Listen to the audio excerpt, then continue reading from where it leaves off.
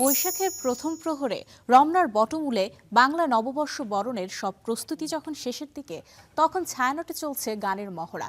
গেল ৩ মাস ধরে প্রায় ২০০ শিক্ষার্থীর ক্লান্তিহীন প্রচেষ্টায় তৈরি হচ্ছে সুরের মূর্ছনা, যে সুরে উচ্ছ্বসিত কণ্ঠে গা ভাসিয়ে অসাম্প্রদায়িক বাংলাদেশ করার প্রত্যয়ে বৈশাখকে বরণ করবে বাঙালি।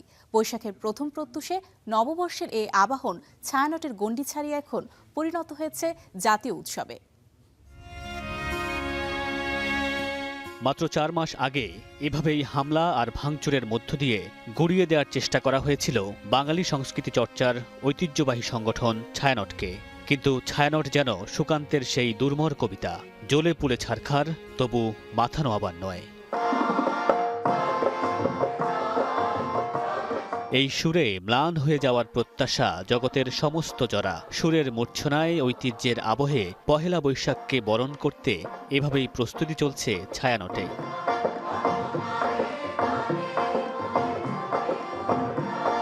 কঠোর অনুশীলনে নিখুঁত করে তোলা হচ্ছে প্রতিটি পরিবেশনা। প্রায় ৩ মাস ধরে চলা এই মহড়ায় অংশ নিয়েছেন ২৫০ শিল্পী, যেখানে বিভিন্ন বয়সের কণ্ঠ মিলেছে এক সুরে। আমি একদম প্রথমে ছোট দলে ছিলাম, তারপর আস্তে আস্তে বড় দল, এবার প্রথমবার শিক্ষক সহযোগী হিসেবে অংশগ্রহণ করছি। খুব ভালো লাগছে।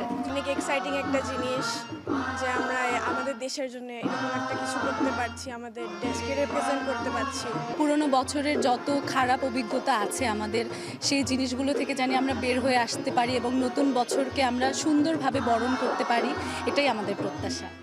৬ দশক আগে শুরু হওয়া এই যাত্রা সময়ের সঙ্গে জড়িয়ে গেছে বাঙালির নববর্ষ উদযাপনের অবিচ্ছেদ্য অংশ হয়ে। প্রতিকূলতা পেরিয়ে আজও সেই ধারা বহমান, ছায়ানটের কণ্ঠে কণ্ঠ মিলিয়ে। যত দিন বাড়ে ততই আমাদের এই প্রতিবাদী গানগুলো, সমাজ গড়ার গানগুলো, সেগুলো আমরা এইভাবে খুব মনের জোরে আমরা সেগুলো গাই। আমরা চাই সমাজ পরিবর্তন করতে, ভালো মানুষ তৈরি করতে। সেটার উদ্দেশ্যে আমাদের এই মহড়া, আমাদের এই গান। সারাটা বছর অপেক্ষা করি যে এই সময়টা এসে একটা মঞ্চ, যেটা একটা অসাম্প্রদায়িক মঞ্চ, যেখানে ধর্ম বর্ণ নির্বিশেষে সবার একটা স্থান রয়েছে এবং সকলের মধ্যে একটা প্রীতির সম্পর্ক যেন গড়ে ওঠে।